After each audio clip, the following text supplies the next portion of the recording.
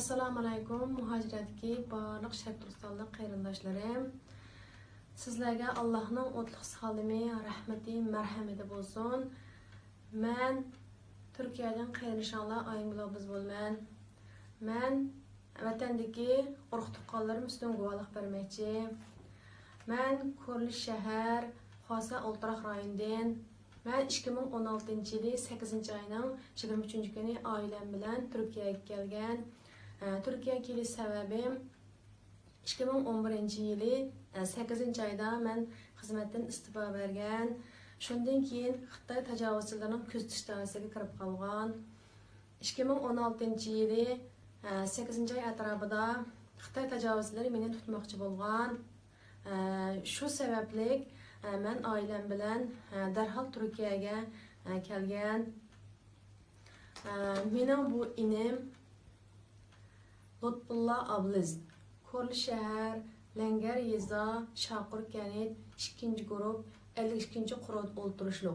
Bu inimni Xitay təcavüzçiləri 2017 yılı 11 ayının axırında atalmış cəzalaş lagırına elib ketgan.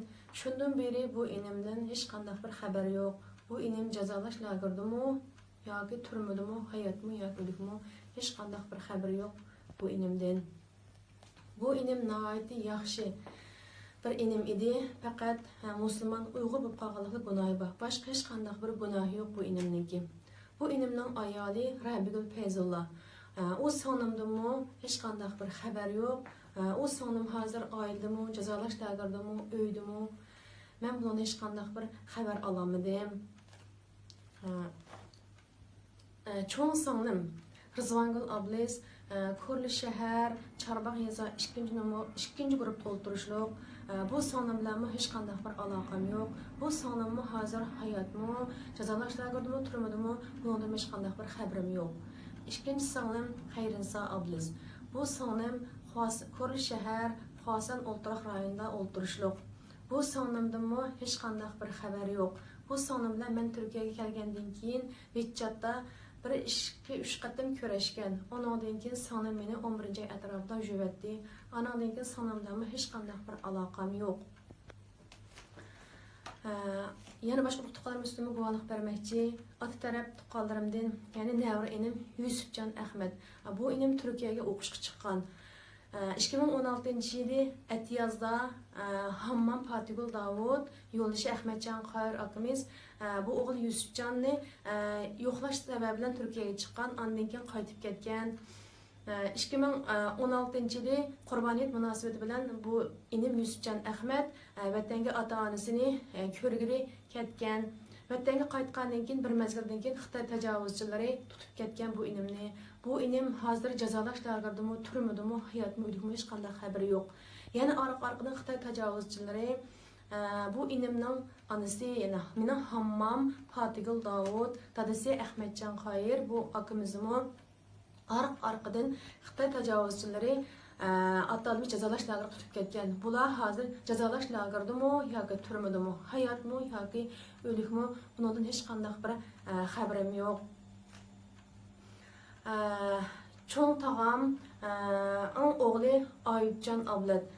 Bu Ayıpcan Ablat akam ballı okutqan degan sebeplik Xitay təcavüzçiləri 5 yıl cəza hüküm qilgan, 5 yıl kesim kesgan.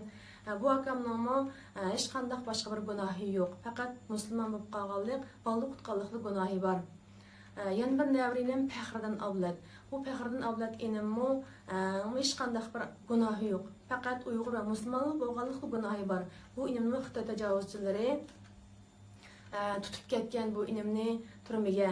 Bu inim hozir turmudimi, jazolash lagirdimi, hayotmi, o'likmi, bundan hech qanday bir xabarim yo'q. Navrakam Ayıpcan Ablatning ayoli Rabigul Talib bu qaynishimni Xitoy təcavüzçiləri tutib ketgan. Bu qaynishimizni jazolash lagirdimi, turmudimi, yoki nada hayotmi, o'likmi, bundan hech qanday bir xabarimiz yo'q. Yana bir yaqin tuqqanim İmam Xitib. Bu İmam Xitib akimiz 20 yılın oldida ballı o'qitgan degan sabablik bularni Xitoy təcavüzçiləri 10 necha yillik jazoga kesgan. Bu tuqqanlarımның hammasining turishlik o'rni Ko'rlish shahar, Langar yeza, Shaqurkan 2 guruh o'ltirishliq. Ana taraf tuqqanlarımdan Hammam, Tunsaxon Mulla Ro'zi, Melikam Mulla Ro'zi, bular Qarashar noyasida o'ltirishliq. Bu hammam bilanmi bir qatam telefonda, bir qatam WhatsAppda ko'rishgancha, ular bilan hech qanday bir aloqam yo'q. Bu hammalarim uydimi, jazolash lagirdimi, turmudimi, undan hech qanday bir aloqam yo'q. Tag'am Ahmedjon Mulla Ro'zi, Ko'rlish shahar, Langar yeza, Shaqurkan 2 guruhda o'ltirishliq. Bu tag'am bilan hech qanday bir aloqam yo'q. Men vatandagi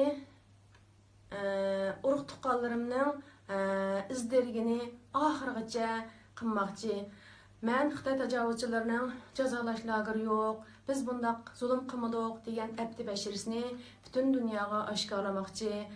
Xalqaro tashkilotlarga, inson haqlarigacha bu da'voyimni oxirigacha elib boraman. Sharq Turkistonlik barliq qarindoshlarimning muhojiratdagi sukut turmay guvohlik berishini, dadillik bilan o'tirg'i chiqishini umid qilaman.